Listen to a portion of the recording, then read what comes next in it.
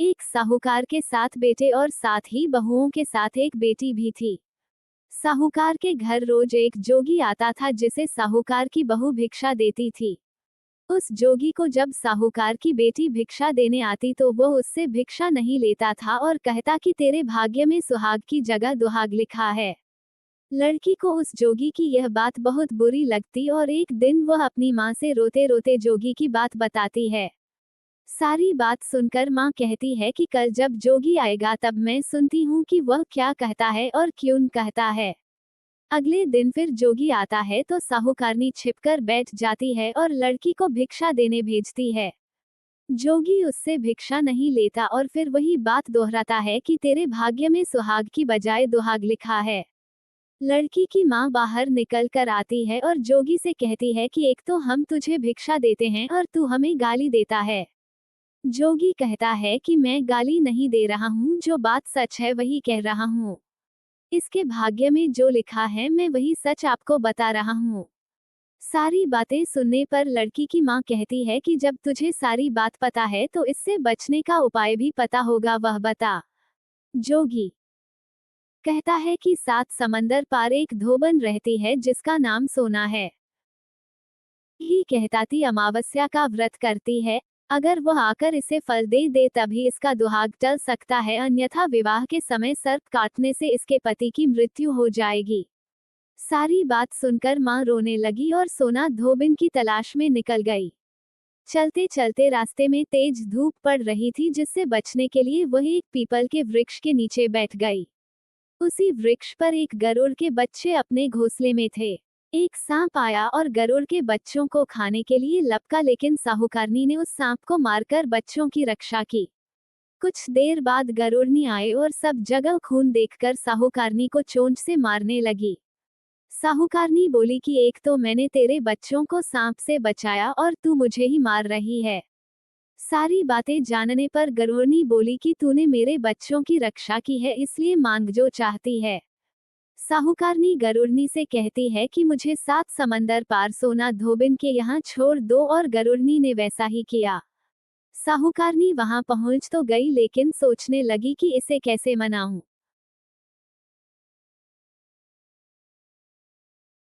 सोना धोबिन की भी 7 बहुएं थी लेकिन घर के काम को करने के लिए सदा आपस में ही लड़ती झगड़ती रहती थी। रात को जब सब सो जाते तो साहूकारनी आती और चुपके से सारा काम कर उजाला होने से पहले चली भी जाती। सारी बहुएं भी आपस में यही सोचती कि कौन सी बहू है जो सारा काम कर देती है, लेकिन एक दूसरे से पूछने की हिम्मत किसी की भी नहीं होती। काम करने की बात सोना धोबिन ने भी देखी कि आजकल बहुएं लड़ती भी नहीं है और काम भी सारा हो जाता है। सोना धोबिन ने सारी बहुओं को बुलाया और पूछा कि आजकल तुम लड़ती भी नहीं हो और घर का सारा काम कौन करता है। बहुएं सास से झूठ कहती हैं कि लड़ाई करने से क्या फायदा, इसलिए हम मिलकर काम कर लेती हैं। सोना धोबिन को अपनी बहुओं की बात पर विश्वास नहीं होता और वह रात में जागकर वह स्वयं सच देखना चाहती है कि कौन काम करता है। रात होने पर सोना धोबिन छिपकर बैठ जाती है कि देखूं कौन सी बहू काम करती है। रात हुई तो वह देखती है कि एक औरत चुपके से घर में घुस रही है। वह देखती है कि उसने घर का सारा काम कर दिया है और जाने की तैयारी में है। जैसे ही साहूकारनी जाने लगती है तो सोना धोबिन उसे रोकती है और पूछती है कि तुम कौन हो और क्या चाहती हो। साहूकारनी कहती है कि पहले तुम वचन भरो तब बताऊंगी। वो वचन भरती है तब साहूकारनी कहती है कि मेरी बेटी के भाग्य में दुहाग लिखा है, लेकिन तुम सोमवती अमावस्या करती हो तो मेरे साथ चलकर उसे सुहाग दे दो। सोना धोबिन वचन से बंधी थी तो वह साहूकारनी के साथ चलने को तैयार हो जाती है। जाते हुए सोना धोबिन अपने बेटों व बहुओं से कहती है कि मैं इस औरत के साथ इसकी बेटी को सुहाग देने जा रही हूँ, लेकिन अगर मेरे पीछे से तुम्हारे पिताजी मर जाएं तो उन्हें तेल के कुपे में डालकर रख देना। धोबिन साहूकारनी के घर पहुंच जाती है।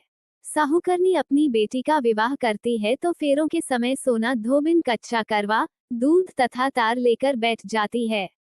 कुछ समय बाद सांप आया और दूल्हे को डसने लगा तो सोना धोबिन ने करवा आगे कर तार से सांप को बांध दिया और सांप मर गया। अब सोना धोबिन ने लड़की को सुहाग दिया और कहा कि जितनी अमावस्याएं मैंने की हैं उन सभी का फल साहूकार की इस लड़की को मिलेगा। अब आगे जो अमावस्याएं मैं करूंगी उनका फल मेरे पति व बेटों को मिलेगा। सभी लोग सोमवती अमावस्या की जय जयकार करने लगे।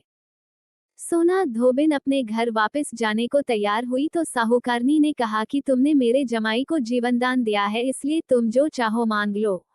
सोना धोबिन बोली कि मुझे कुछ नहीं चाहिए और वह चली गई। रास्ते में चलते हुए फिर से सोमवती अमावस्या आ गई। उसने पीपल के पेड़ के नीचे बैठकर कहानी कही, व्रत रखा और पीपल के पेड़ की 108 बार परिक्रमा की। पीपल के पेड़ की पूजा के बाद वह घर जाती है तो देखती है कि उसका पति मरा पड़ा है। अब रास्ते में जो सोमवती अमावस्या उसने की थी उसका फल अपने पति को दे दिया, जिसके प्रभाव से वो पुनः जीवित हो गया। सब कहने लगे कि तूने क्या किया जो तेरा पति जिंदा हो गया। वह कहती है कि मैंने तो कुछ नहीं किया है, बस रास्ते में सोमवती अमावस्या आ गई थी जिसका मैंने व्रत किया, कहानी कही और पीपल के वृक्ष की 108 बार परिक्रमा की। अब सारी नगरी में ढिंढोरा पिटवा दिया गया कि हर कोई सोमवती अमावस्या करेगा, पूजा करेगा, व्रत रखेगा, कहानी कहेगा और पीपल के वृक्ष की 108 बार परिक्रमा करेगा। हे सोमवती अमावस्या, जैसा आपने साहूकार की बेटी का सुहाग दिया वैसे ही सबका देना।